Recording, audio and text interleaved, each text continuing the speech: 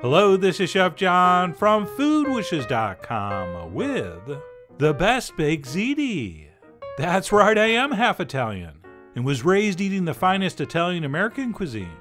And I filmed almost 2,000 recipe videos. So when you consider all those facts, it seems incredible that I've never posted a recipe for Baked Ziti. But hey, better late than never.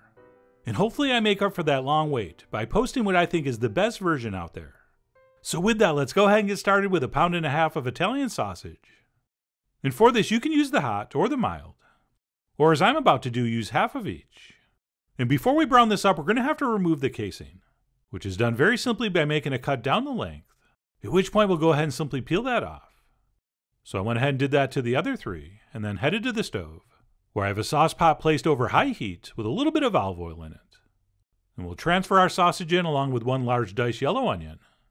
And what we'll do here is cook this stirring, crumbling and breaking up that meat as we do, until our onions soften and turn translucent, and our pieces of meat start to brown up nicely, which is going to take you a few minutes, so don't be in a hurry.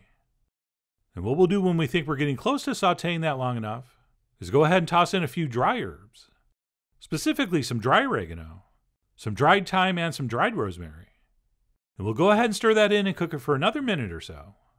At which point we're going to add not 1, but 2 full jars of marinara sauce, which is about 6 cups total. But wait, there's more. Once we dump those in, we'll rinse each of those jars out with about 1 cup of water, and we will add that as well, and stir everything together. And then while still on high heat, we'll wait for this to come up to a simmer. And when it does, and it's looking a little something like this, we'll go ahead and give it a stir, and then back our heat down to medium-low. And then we'll just let this simmer gently for about an hour or so, stirring occasionally. At which point, assuming we're happy with how it tastes, it's ready to use. And by the way, once this is simmered, or during the simmering process, if you want to skim some of that fat off the top, that's not a bad idea. And I usually do, and probably should have here, but for whatever reason this time it didn't look like I had that much, so I just went ahead and stirred it in. And that's it. Once our sauce is done, we'll simply set that aside and move on to cooking our ziti, which as usual we'll be doing in some very, very well salted water. Right, the water should literally taste like the ocean. And if you've never been to the ocean, trust me, that water is pretty salty. And what we'll do is give that a good stir, and then cook it, but a couple minutes under the package directions. Okay, we do want this a hair underdone, since it is going to continue to cook once it's in the oven with the sauce. So if the package says 10 minutes, I would do it for 8, or whatever you think it's going to take to make this slightly undercooked. And then what we'll do is go ahead and drain that very well. And then we'll transfer that into a large bowl. And then we will carefully add our sauce, which I didn't do. I just went ahead and dumped it in and it basically splashed everything. Except by some miracle, not the lens. And then what we'll want to do is take a big spoon or spatula and give this a very thorough stirring. And that's because it's a proven scientific fact that tubes like nothing more than to be filled with stuff. So as we stir this, all that amazingly flavorful sauce is going to be pulled into that pasta, which, by the way, is why I use about 50% more sauce than most of the recipes call for. Right, the only thing worse than no baked ziti is a dry baked ziti. But anyway, we'll go ahead and give that a good stir, and then I like to let it rest for about 5 minutes or so. And while that's hanging out getting good, we can go ahead and generously olive oil a large casserole dish, at which point it's time to move on to final assembly. And what we'll do first is go ahead and transfer in exactly half of our pasta sauce mixture. And for that, I'm going to use one of these round wire strainers. And I guess we could just go ahead and dump half in and spread it out. But my theory is by using this, some of that sauce is going to drip through, which means my top layer of pasta is going to be a little saucier than the bottom layer, which because of a little thing called gravity, I think works out better and prevents our top from getting too dry. But no matter what you use, once half of it's been transferred in, it is time to add a layer of cheese.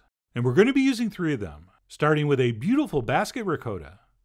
And we'll go ahead and dollop exactly half of that over the top. And then we'll give that just a little bit of a spread. Okay, not too much, but a little bit. And then next up, we will scatter exactly half of our mozzarella over the top. And as you can probably see, I cut that into small cubes instead of grating it, which I think texturally works out a lot better. Not to mention, depending on the moisture content, mozzarella can be kind of tricky to grate.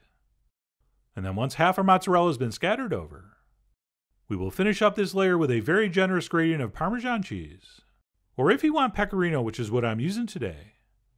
And that's it, layer 1 is done. And we can move on to our second and final layer. In the second verse is same as the first. We'll go ahead and transfer over the rest of our pasta and sauce. And again, you could probably just gently dump it over and spread it. But I like to be a little bit careful because I don't want to mess up that beautiful cheese layer we just created. And because of the tool I was using, this layer was definitely a little saucier. And yes, I could be overthinking that step. But since this comes out so amazingly well, maybe not. But anyway, I finished up by giving that the old shaka. At which point we can go ahead and place on the rest of our cheese. Only this time, because it's the top layer, we are not going to spread our ricotta. We're going to leave it in nice dollops like that. And then just like the first layer, we'll finish up with our mozzarella and pecorino. Or Parmesan. Like I said, both will work. So you decide. I mean, you are after all the iced tea of your Baked Ziti.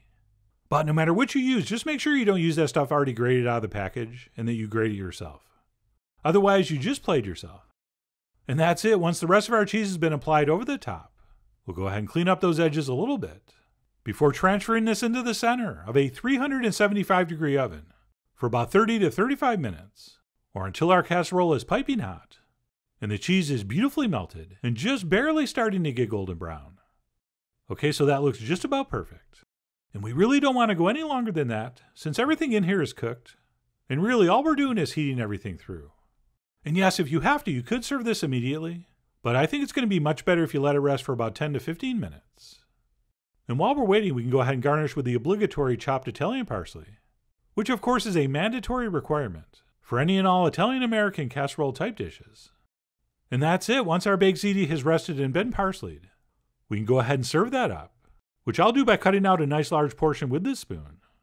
Okay, this pan should easily serve 8, although I think I just took about a 1/6 of it. And man, was that looking and smelling good. So I quickly tossed over another pinch of parsley, and then I grabbed a fork and dug right in. And as I touched on earlier, one of my main complaints with a lot of Baked Ziti recipes is they're just too dry, which is absolutely not the case with this version. Okay, our strategy of using extra sauce, not to mention extra sausage and cheese, really worked out well. And I could not have been happier with how this came out. Oh, except possibly for one thing.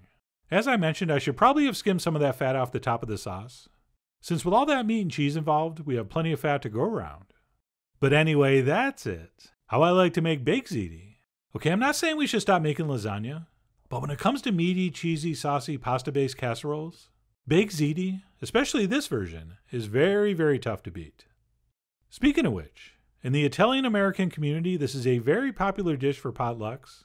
And if you go to one of those, there is a 100% chance someone will bring a pan of this, and probably a 90% chance more than one person brings it. And if you bring this, and they bring basically any other version, you will win, by a lot. And if you're thinking it's not a competition, why can't we just enjoy both? Well, it is, and we can't. But whether you're going to make this to crush the competition at a potluck dinner, or you're just looking for something delicious to whip up to eat during that Sopranos marathon, either way, I really do hope you give this a try soon.